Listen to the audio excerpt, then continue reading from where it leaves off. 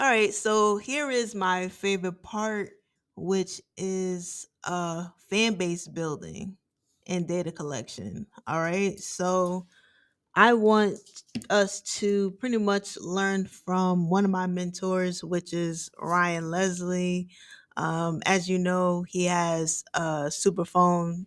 So if you want to support that brother, go to superphone.io and check out his text marketing software. But I wanted to talk about how he made $2 million by basically retargeting his fan base. And he explains how he did that. And I think that data collection is very important. When you see your social media following, you don't know who your fans are. You don't know if you don't know their name, you don't know their phone numbers, you don't know their email addresses, you don't know what state they're from, you don't know anything. So it's very important for you to have that data collection so that every time you're marketing and promoting your music, you're not continuously having to start from zero. If you build a fan base or build a data platform, you'll be able to continuously reach out to your fan base without you know let's say you can't let's say Instagram shut you down or YouTube shut you down or Twitter shut you down. You'll always have that database for you to go to when you release music, merch, or whatever have you. So it's very important for you to collect the, the names, emails, phone numbers, and states of your fan base. And you see on the screen my app that's coming out next year. Um,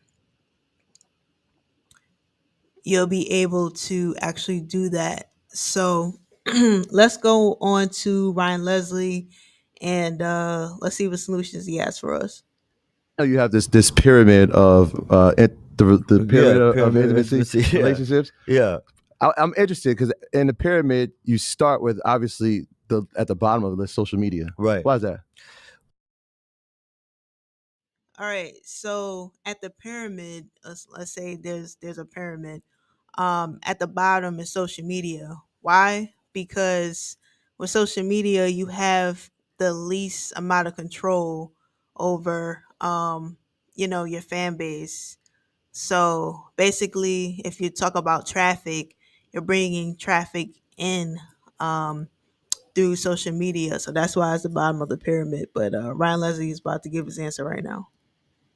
Well, I would say that social media is almost like a virtual representation of walking around the streets of New York, right?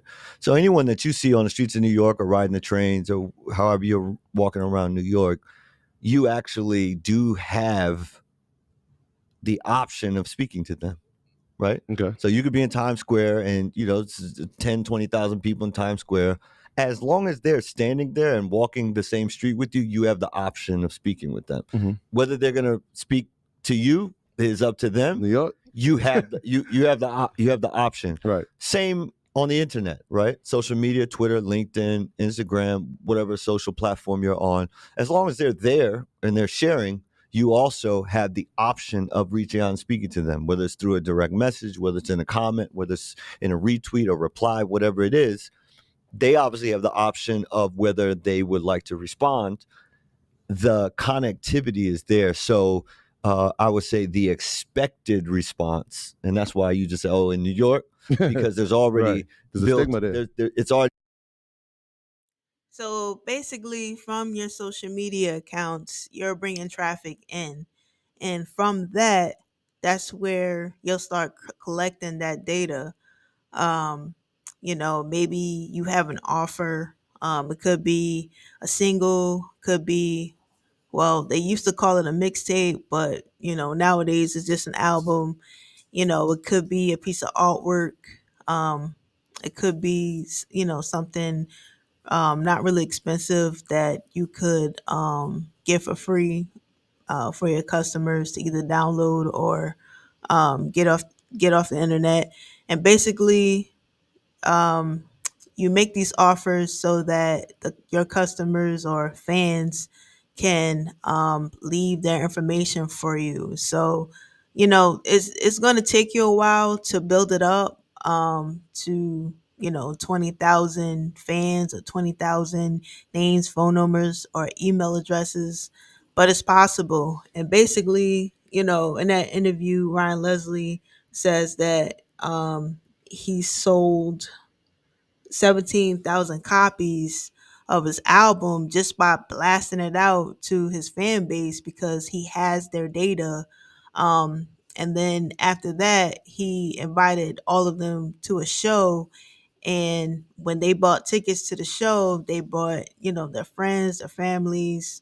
It wasn't just them that was coming to the show. And basically, from that campaign, he ended up making $2 million, and that pretty much branched off because he had the data. And I encourage you to also get the data. Like I said, the new fans app, you'll be able to build your fan base on the app and get the customers' data so that you can also have that information on hand when you have these different releases. Also, as well, when you do your crowdfunding, it's good to have, fans. It's good to have that data, people you can reach out to when you have something going on, and people who are willing to spend money with you or participate in whatever that you have going on. So, in my course, How to Get New Fans, I go into more detail on how to collect this data, but I did want to touch on it because with that information, you'll be able to um, get funding a lot faster than just blasting stuff out on social media and hoping that you catch a big fish, or you catch people to participate in your equity crowdfunding. So just by using whatever social media following you have, either it could be 500, 1,000 people, whatever it is, definitely reach out to them and start offering them something so that you can get their data from them. So, you know, God forbid, Instagram shut down, Facebook shut down, YouTube shut down. You have their information. You can reach out to them time and time again.